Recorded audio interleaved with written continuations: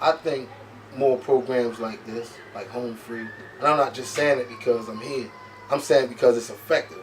Because a lot of people, when they're going through things, they don't look at, like, for instance, how Mr. Clay teaches us and Chris shows us that most of the time we're medicating our problems instead of really like looking at the problem and figuring out a solution so that the drug part of it can go away.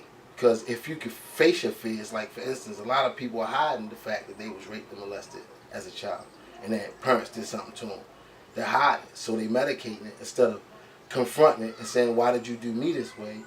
And a lot of times when you do that, it takes that weight off your shoulders of feeling like that. But some people not gonna do it.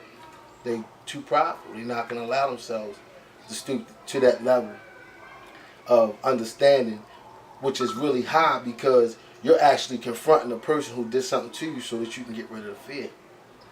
And they don't do it. And a lot of times you can't do that. You gotta find somebody that knows the answers so that you can find solutions, help you find solutions so that you can change. But these programs, this is what's needed in the community. Also what's needed, put the schools back. They're taking the schools from us. They're taking the recreations from us. They're taking everything from us. These kids don't have nothing. So then we gotta look at these kids suffering every day. That does something to me. I know it does something to other people to see these kids out here constantly in the streets and don't have no after school programs to attend to, you know what I'm saying? And they don't learn anything. There's no Boy Scouts, Girl Scouts for these kids here. I mean, they should be taught, like in the wilderness, you're taught how to find certain roots that you could use to eat to sustain yourself, certain roots that you need to stay away from because it's like poison ivy. Well, they need to be taught the same skills in the city skills.